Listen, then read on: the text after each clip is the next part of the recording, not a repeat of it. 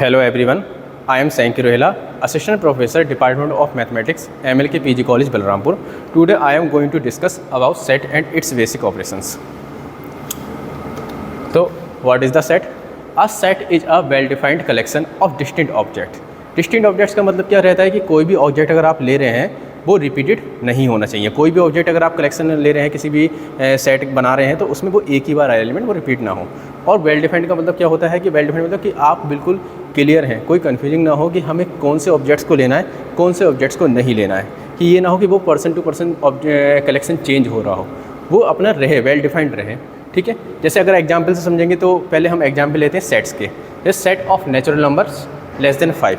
तो natural numbers क्या होते हैं कि जैसे 1 2 3 4 5 6 ये सब से होते हैं नेचुरल नंबर्स होते हैं। आगे तक चलते चले जाते हैं, हम 11 12 ये सब करते जाएंगे, ये सब नेचुरल नंबर होते हैं। लेकिन ये क्या कह रहे हैं कि हम वो नेचुरल नंबर लेते हैं जो लेस देन 5 हों।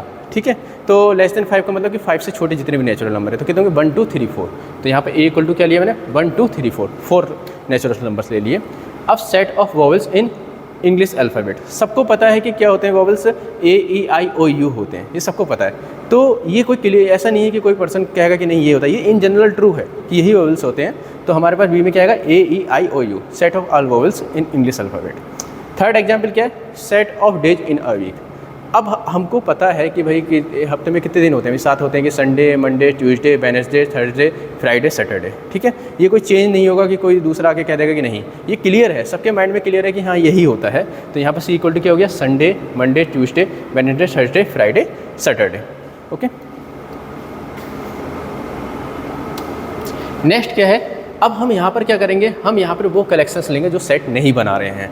ठीक है, जैसे मैंने कनेक्शन ऑफ 12 पीपल्स ले लिया।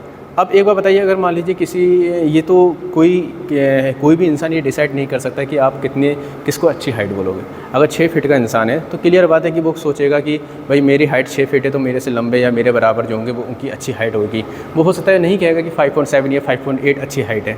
अब कोई इंसान जो 5.6 या 5.5 है जिसकी हाइट फिट तक है, तो हो सकता है कि वो ये कहेगा नहीं भाई मेरे से ज़्यादा हाइट जो है 5.7 5.8 ये सब अच्छी है। तो ये पर्सन टू पर्सन चेंज होगा, ये कोई मेजरमेंट नहीं है यहाँ पर, ये कोई डिसाइडेड नहीं है कि इतने से अच्छी हाइट ज़्यादा होगी तो हाइट अच्छी मानी जाएगी। ठीक है, हर पर्सन टू पर्सन चेंज होगा, तो इसलिए ये वेल डिफाइंड नहीं है, इसलिए ये कलेक्शन सेट नहीं बना रहा है।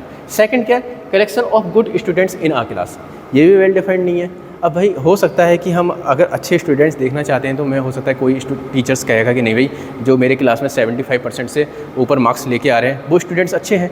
कोई टीचर कहेगा नहीं भाई मेरे क्लास में अगर 80% से ऊपर मार्क्स लेके आ रहे हैं वो स्टूडेंट अच्छे हैं। कोई 90% से ऊपर कहेगा। किसी के मन में ये रहेगा कि नहीं भाई मेरे क्लास में कई सारे स्टूडेंट हैं, कुछ स्टूडेंट अच्छा रिस्पॉन्स देते हैं, मैं कुछ पूछता हूँ वो बताते हैं, तो मेरे लिए वो अच्छे स्टूडेंट्स हैं। इसका भी कोई मेजरमेंट नहीं है, हर टीचर के अकॉर्डिंग चीज़ें चेंज होंगी, स्टूडेंट चेंज होंगे, तो ये भी वेल डिफाइंड नहीं है, तो ये भी सेट नहीं होगा। नेक्स्ट है cardinality of a set. Cardinality of a set क्या होता है कि सेट ऑफ मतलब कि number of elements in a set, कितने सेट के अंदर एलिमेंट्स आ रहे हैं, कितने एलिमेंट्स है, वो कार्डिनलिटी होती है। जैसे हमने पहला एग्जांपल लिया सेट ऑफ नेचुरल नंबर्स। हमने बताया नेचुरल नंबर्स क्या होते हैं, 1 2 3 4 5 ये सब जो नंबर्स हमारे चलते चले आते हैं सब नेचुरल नंबर्स होते हैं। अब हमने क्या लिया, लेस देन 5 लिया, तो हमने 4 नेचुरल नंबर है। आप देखो 1 2 3 4 ऑब्जेक्ट्स हैं, 4 एलिमेंट्स हैं इसके अंदर, तो इसकी कार्डिनलिटी कितनी हो गई, 4 हो गई। सेकंड क्या, set of vowels in English alphabet, कितने होते हैं, 5 होते हैं, ए ई आई ओ यू। कितने एलिमेंट है इसके अंदर, 1 2 3 4 5 एलिमेंट है, तो वी की कार्डिनलिटी क्या हो गई, 5 हो गई। ठीक, अब हम कुछ बेसिक ऑपरेशंस देखेंगे कि सेट के कुछ बेसिक ऑपरेशंस क्या क्या होते हैं। तो फर्स्ट यूनियन ऑफ सेट्स।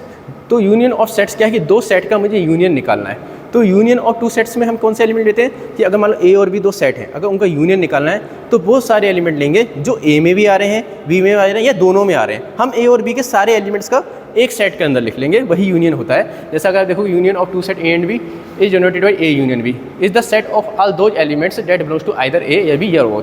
तो ए यूनियन बी में कौन से एलिमेंट आ रहे हैं, जो एक्स ए में भी हो और बी में भी हो। जैसे मैंने एक एग्जाम्पल लिया ए इक्वल टू 1 2 3 और बी इक्वल टू 3 4 5, तो मैंने ए यूनियन बी में क्या लिया, ए के भी सारे एलिमेंट उतार लिए और बी के भी उतार लिए। तो ए यूनियन बी के अंदर ए के भी सारे एलिमेंट है और बी के भी सारे एलिमेंट है। ठीक है, ऐसे हम यूनियंस कितने का भी निकाल सकते हैं, कितने भी सेट का निकाल सकते हैं। Next intersection of sets.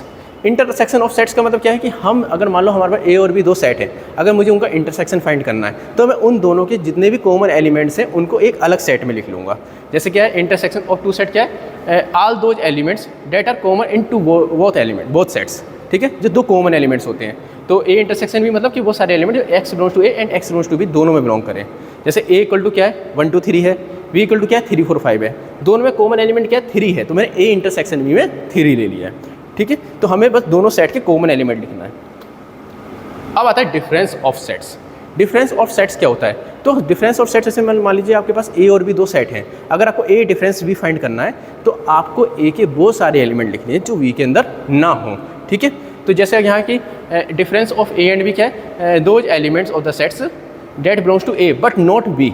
ठीक है, तो ए डिफरेंस बी में वो सारे एलिमेंट आ रहे हैं जो ए को तो बिलोंग कर रहे हैं पर बी को बिलोंग नहीं कर रहे हैं।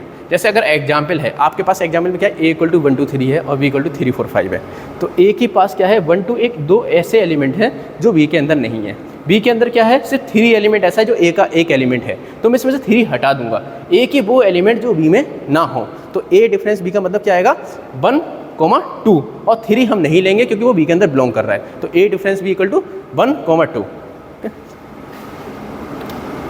Thank you.